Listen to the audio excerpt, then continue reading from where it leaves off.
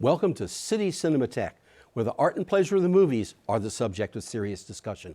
I'm your host, Jerry Carlson, and I teach film studies at the City College of the City University of New York. Today, we continue our series, Soviet Montage of the 1920s, a new cinema for a new society. Today, we're screening the 1929, I'm going to say it, masterpiece, The New Babylon. Now, this is set in a department store in 1871 in Paris, not in Russia. But of course, that's the era of the Paris Commune, which became something very, very important for the Soviets as a model of a communist revolution to come. This film is dynamic visually and extraordinary in a number of other ways. To talk about that, after today's screening, we have with us George Malko, a well-known screenwriter, translator of Chekhov, and also expert on Russian culture. Now, enjoy this trip to Paris in 1871 in The New Babylon. Welcome back to City Cinematheque. I hope you've enjoyed this opportunity to see what I think is simply an extraordinary film, and a film that disappeared for many, many years. It's been with us now for about 40 years or so, and I hope it stays with us forever because it's rich in oh so many ways. Joining me once again on City Cinematheque is a good friend of the series, George Malko. George is a veteran screenwriter. A number of people may know his work. I'm particularly fond of Dogs of War from a number of years ago, or Sweet Lorraine. In addition to that, he is a translator of Chekhov and is the son of Ukrainian-Russian emigres with a very deep and rich knowledge of the culture of that part of the world. Welcome back to City Cinematheque, George. Jerry, thank you. It's good to be here with you. Good, good. So let's start with you in one sense with your persona as a screenwriter. So one of the things you've had to do over your career is to build characters. And there's a certain kind of way in which Hollywood builds characters, and we in American cinema build characters. That isn't really the kind of character we see in this film. Oh, not at all. Yeah, and so talk about that. There is an assumption in this film, which was prevalent in silent films, that a single image would tell you almost everything you needed to know about a character. But particularly in this film, we are given the courageous opponents of the Prussians. We are given the suffering washerwomen and the hungry. We are given the detestable, and in Russia the phrase is still detestable, bourgeois, the bourgeois. Right. It is an exploitation, and I think exploitation is a fair word, of the notion that one picture is worth 1,000 words. Here is a person we are not going to like. Here is a young woman leaning over her 15th drink or whatever, trying to forget whatever she's trying to forget. These images, however, do not invite speculation on the part of the audience because the reaction is immediate. Right. Absolutely immediate. These people are for this, they're against this, they're going to win, they're going to lose. Is it futile? What is the point? And what is the point for this entire movie? Exactly. Is that the struggle is worth it. The struggle is everything. There is, and they, the filmmakers themselves, it's not that they admitted it, but they realized, and I think you had mentioned it at one point, that they could have approached who was who with some more clarity. Yes. It's one thing to have the opposition of the French and the Prussians, but in all things of civil conflict throughout history and going back thousands of years, in a civil conflict, who is against whom is always confusing. Well, absolutely, absolutely the case. And this is, you also bring up this very interesting point, I think, that this is a very, very rich film in those individual portraitures. That Yes. is, it is in many ways, it's a very large cast film. But sometimes you have large cast films and you have, you know, half a dozen psychologically profiled characters, and then you have the masses. But that's not how this film works. No, but at all. But also they set it up by introducing us to and inviting us into Right. the department store, Okay. which is their Babylon. Mm-hmm. Why is it their Babylon? Because it will give you anything you want. And what you want is, to put it simply, wretched excess. Right.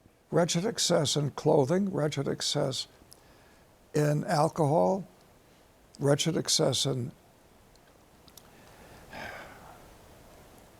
diversions. Yeah. But diversions intended to keep the populace from thinking about what's really going on behind that curtain. Well, and to use the you know, a well-known phrase, this is a capital, you know, site of bread and circuses. Yes. Yeah.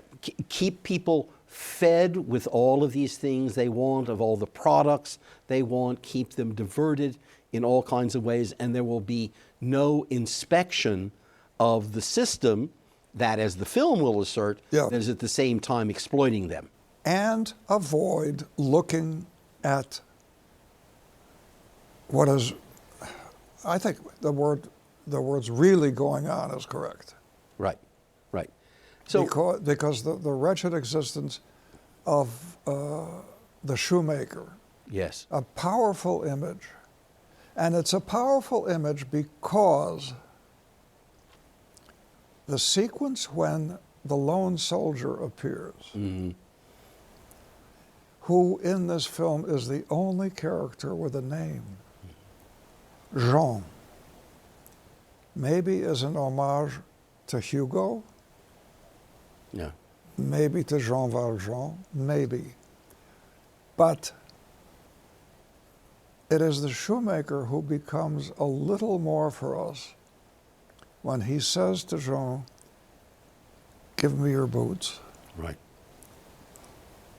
and starts mending them,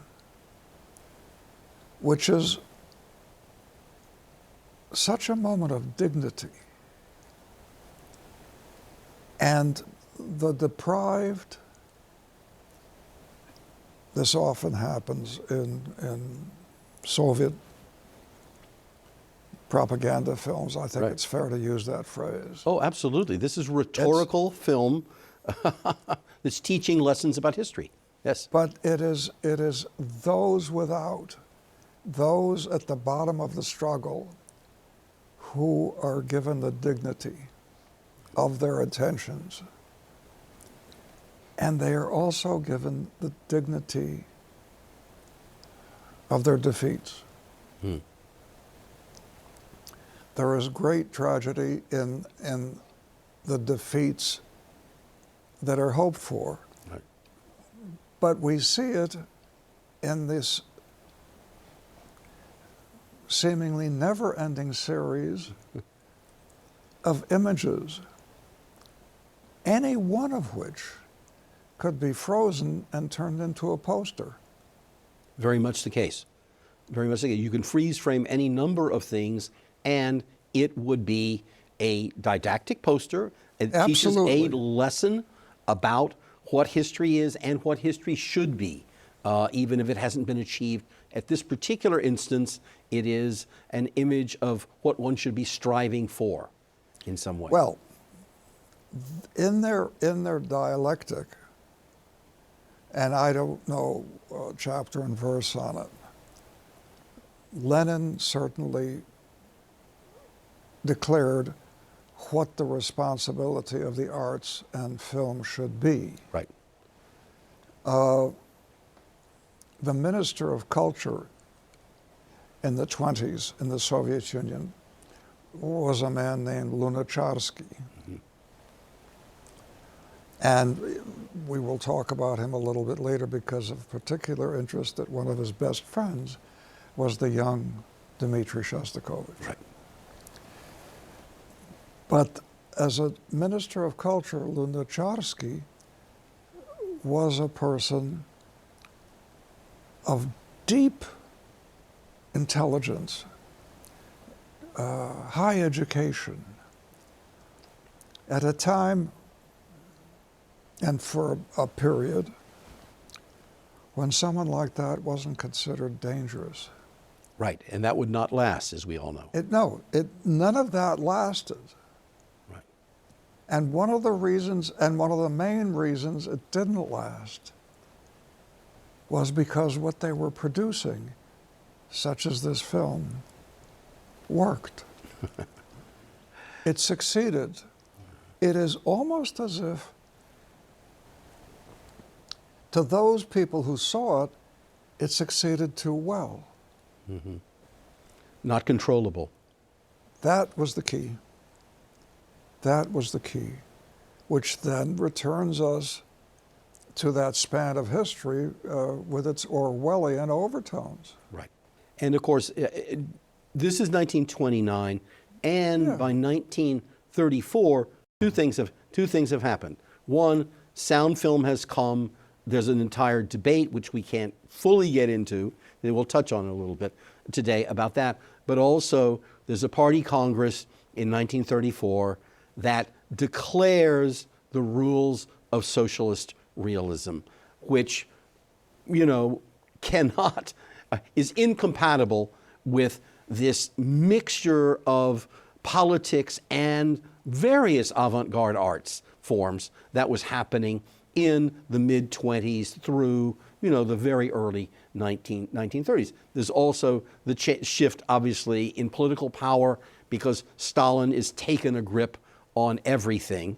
And, of course, as we know, by historical record and by tragedy, his paranoia would increase of anything that was threatening to him, including all the artists who were threatening to him.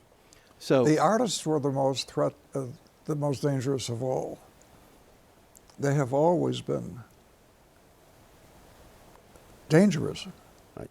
And, one of the things we might remind people of is these great filmmakers who emerged in the 1920s, including Grigori, Kozintsev, and Leonid Trauberg, who jointly directed this film, but others we've seen in this series, like Sergei Eisenstein, Vyacheslav Podovkin.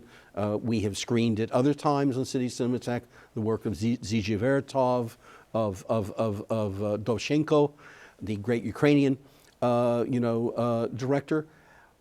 We have to recover that this was a period, the 1920s, in which everything was new. And the old film industry had gone into exile.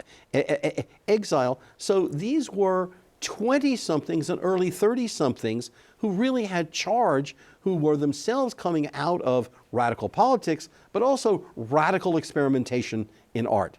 But you raised the most important point of all in terms of the emergence of that, which, because of our exposure to so many different visual expressions, we cannot realize what that newness meant.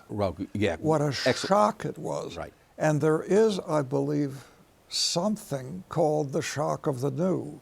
Is it someone had written that? Actually, a series having to do with all the avant-garde yes, okay. Avant-gardes of this first quarter of the 20th century, and this notion that everything was going to be new, and every day you were confronting something you'd never seen, heard, or felt before. And they did not think of themselves as avant-garde. They thought of themselves in already the Soviet terminology as workers for the people. Right. They were not looking to shock. They were looking to advance the essential, I can't use the word ethic, the essential intention of the Soviet movement. Absolutely. Now, one of the things that may surprise people who haven't studied this is one of the greatest influences upon them was actually American cinema. Oh, yeah, absolutely, absolutely. You know, they idolized the cross-cutting and the innovations of Griffith, but also when we see a film like The New Babylon, you know, which is certainly not a comedy. I mean, it's an historical tragedy of a kind, of the sacrifice that needed to be made. Yet, all of that busyness and all of that, they loved American comedy and all of its chaos because it appealed to them because it was a people's art form. But only the filmmakers could see it. Well, yeah, that, by the way, that's a very interesting point, George. Thank you for bringing it up, because that is something that went on in many ways from this time of the Soviet takeover of the 1920s, control of that, through the whole Cold War period, that all of these film schools, whether it be in Moscow or whether it be in Prague or whether it be in Warsaw, they were these islands they were highly elite film schools in which the students and the faculty saw everything. Yes. The people of those countries, what they were allowed to see was censored, but there was this notion that we have to compete with, you know, the world of capitalism and that, and with our European neighbors who are on the other side of the wall, etc. So we need to study all of this stuff. I know several Hungarian filmmakers, they even convinced, in the 1960s, they convinced their government to send them to France because there was so much going on in France. They needed to be studying in France to bring those storytelling innovations back into the cinema. Yes, but the cruel irony Yeah. through all of that was that these filmmakers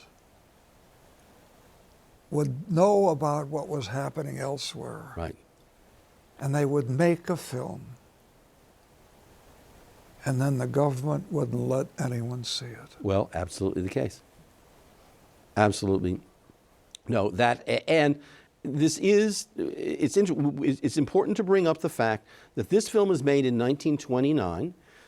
It is, upon its release, controversial within the Soviet Union. Yes. There is considerable debate. You know, obviously it has its advocates. People think it's what they're doing.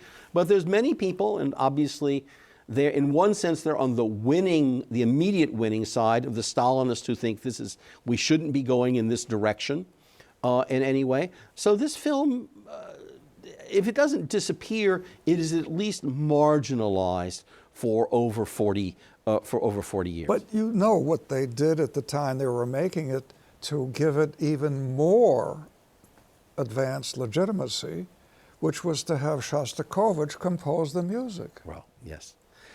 So let's talk about how that came to happen, because Trauberg and Kozintsev, you know, they knew Shostakovich.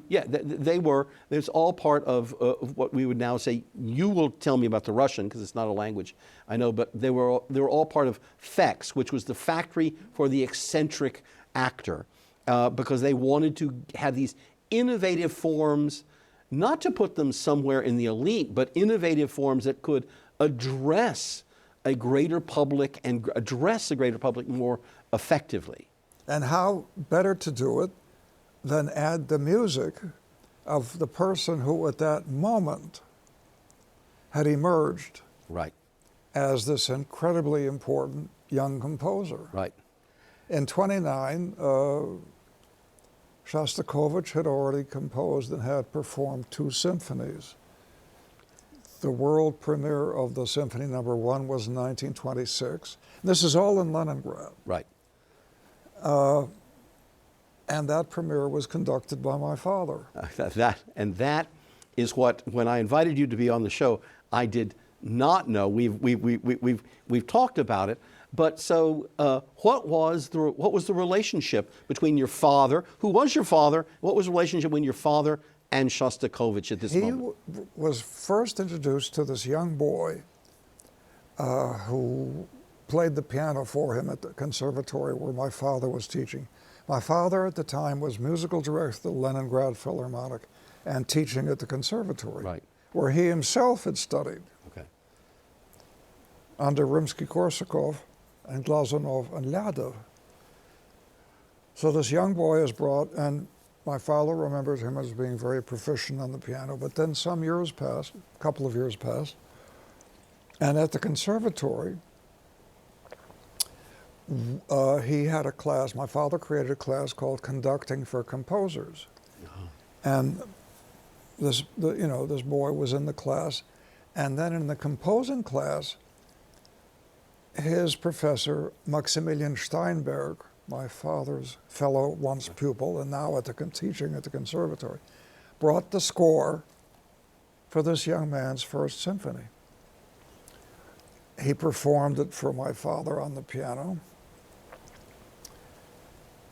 and my father decided to do the world premiere, okay, which was in May of 26.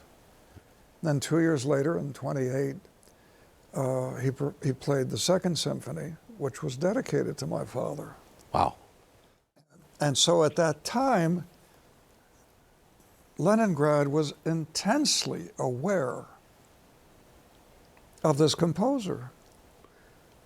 And you would think that someone in the production company or somewhere that, with Kozintsev would say, this is a no-brainer, man, let's get him. No, absolutely. Let's get him. Absolutely. And the reason they could get him was that for years, to survive, the young Shostakovich was playing piano in silent movie houses as accompaniment, making it up as he watched the pictures emerge.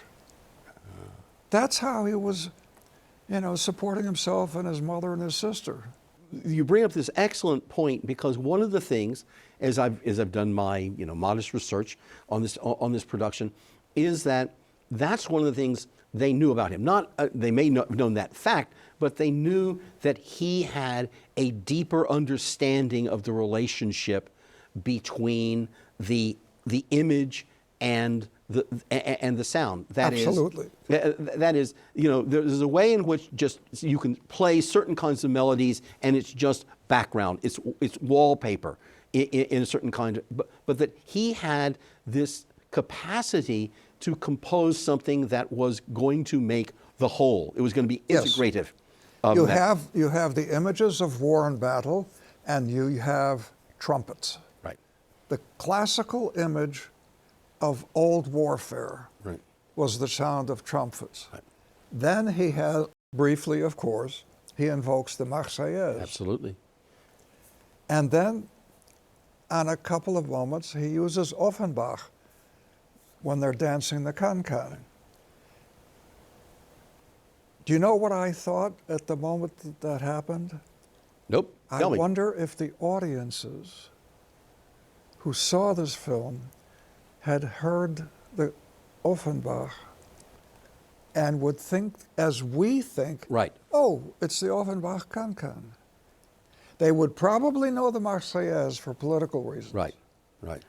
But would they have known the can-can? Or is this their first can-can? Right. What Shostakovich did. Yeah, that's. And it's an interesting support to the visuals. It doesn't intrude. It respects the emotions. And it would be wonderful to have it released as a separate score. I'm sure someone might find the score for it. Okay. Well, I'm going to have to, so we're going to end on this, I think, extraordinary note of not only what this film is politically, but what this film also is in this moment of debate about what's the relationship between the image and music, and it's a key example of the advancement of the artistic integration of all of that. Hold on. So, if you've liked what we've done here today on City Cinematheque, and you'd like to know more about City Cinematheque, there's a way to find out. You can visit our website, the website of CUNY TV. It's at www.tv.cuny.edu. Now, I've got some more news. Once you go there, you can find how to get the new CUNY TV app so you can stream us. And, of course, check in with us at any point, anywhere. So please visit www.tv.cuny.edu. Get the CUNY TV app and visit our website to know what we're doing. George, thank you for bringing your breadth of knowledge about Russian culture and filmmaking, but also treating us with this inside view of this relationship between Shostakovich, your father, and the film. Jerry, it's been a pleasure. Always a pleasure. Thank you. Okay. And I hope to see you again here, George. Thank you for joining us today on City Cinematheque. And please come back in coming weeks as we continue our stroll through the archives of film history. For now, it's goodbye.